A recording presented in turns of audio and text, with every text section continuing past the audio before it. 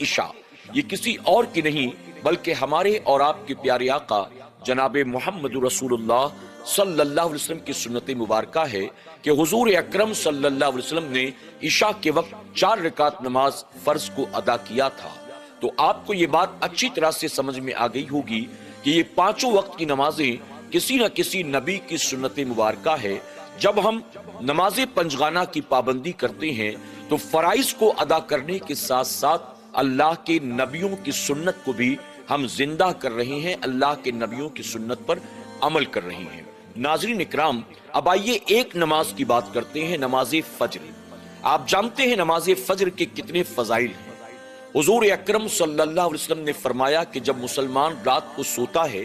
تو شیطان اس کے سرہانے آ کر کھڑا ہو جاتا ہے۔ شیطان کبھی اس کا سر سہلاتا ہے، کبھی اس کا پیر دباتا ہے، یعنی وہ نماز فجر سے غافل کرنے کی پوری کوشش کرتا ہے۔ لیکن مسلمان جب شیطان کو جھٹک کر اپنے بستر سے اٹھتا ہے اور نماز فجر کو ادا کرتا ہے تو اللہ تعالیٰ اس کے اس عمل پر اس سے راضی ہو جاتا ہے۔ حضور اکرم صلی اللہ علیہ وسلم فرماتے ہیں کہ جو بندہ نماز فجر کو ادا کرتا ہے پھر دن بھر اس کے تمام کاموں کی ذمہ داری اللہ پر ہوتی ہے، اللہ اسے اپنا حفظ و امان بھی عطا فرماتا ہے اور اللہ اس کے کاموں کو آسان بھی فرماتا ہے۔ اب آپ سوچیں، جو نماز فجر ادا کرتا ہے وہ گویا اللہ کے ذمے ہو جاتا ہے، اور جو بندہ نماز فجر ادا نہیں کرتا وہ گویا اللہ کے ذمہ کرم سے باہر ہو جاتا ہے۔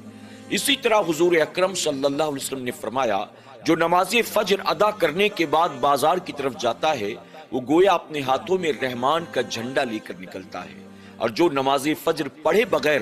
بازار کی طرف جاتا ہے یعنی اپنی دنیا کی طرف، کاروبار کی طرف، دفتر کی طرف، وہ گویا اپنے ہاتھوں میں شیطان کا جھنڈا لے کر نکلتا ہے۔ اسی طرح حضور اکرم صلی اللہ علیہ وسلم نے فرمایا کہ جو اندھیرے میں اپنے گھر سے نکل کر اللہ کے گھر کی طرف سجدہ کرنے کے لیے جاتا ہے اللہ تعالیٰ اس کی قبر کے اندر روشنی پیدا فرمائے گا۔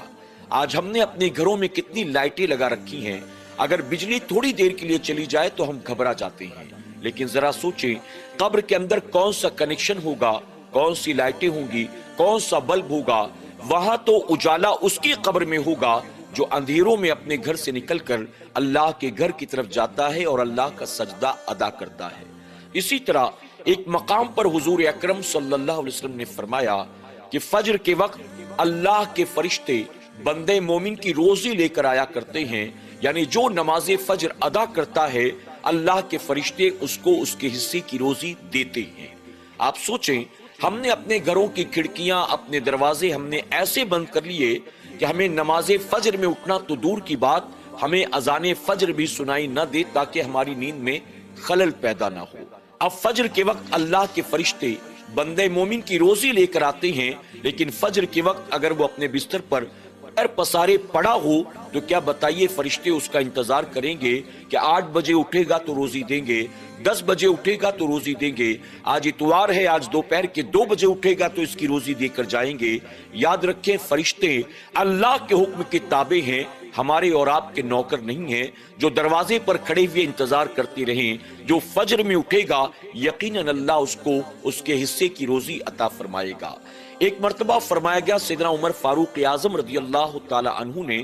آپ نے دیکھا کہ مسجد میں تمام نمازی تو موجود تھے لیکن ایک نوجوان جو پابندی کے ساتھ آیا کرتا تھا اس دن نماز فجر میں وہ غیر حاضر تھا۔ سیدنا عمر فاروق اعظم رضی اللہ تعالیٰ عنہ نماز سے فارغ ہونے کے بعد اس نوجوان کے گھر گئے، یہ سوچ کر کہیں بیمار تو نہیں ہے، کہیں پریشان تو نہیں ہے، کہیں سفر پر تو نہیں گیا ہوا، آخر فجر میں کیوں نہیں آیا۔ آپ نے جا کر اس کے دروازے پر دستک دی، اس کی بوڑھی ماں نے دروازہ کھولا، آپ نے فرمایا کہ آج تمہارا بیٹا نماز فجر میں نہیں آیا، آخر کیا بات ہے؟ تو ماں کہنے لگی دراصل میرا بیٹا آج رات بھر نفل نمازیں پڑھ رہا تھا، عبادت کر رہا تھا، اس وجہ سے ابھی فجر سے تھوڑی دیر پہلے وہ سویا ہے، فجر میں نہیں آ سکا۔ اس پر سیدنا عمر فاروق اعظم رضی اللہ تعالیٰ عنہ فرماتے ہیں میرے نزدیک صبح فجر کی 2 رکعت سنت پوری رات بھر نفل عبادت کرنے سے بہتر ہے۔ اللہ اکبر۔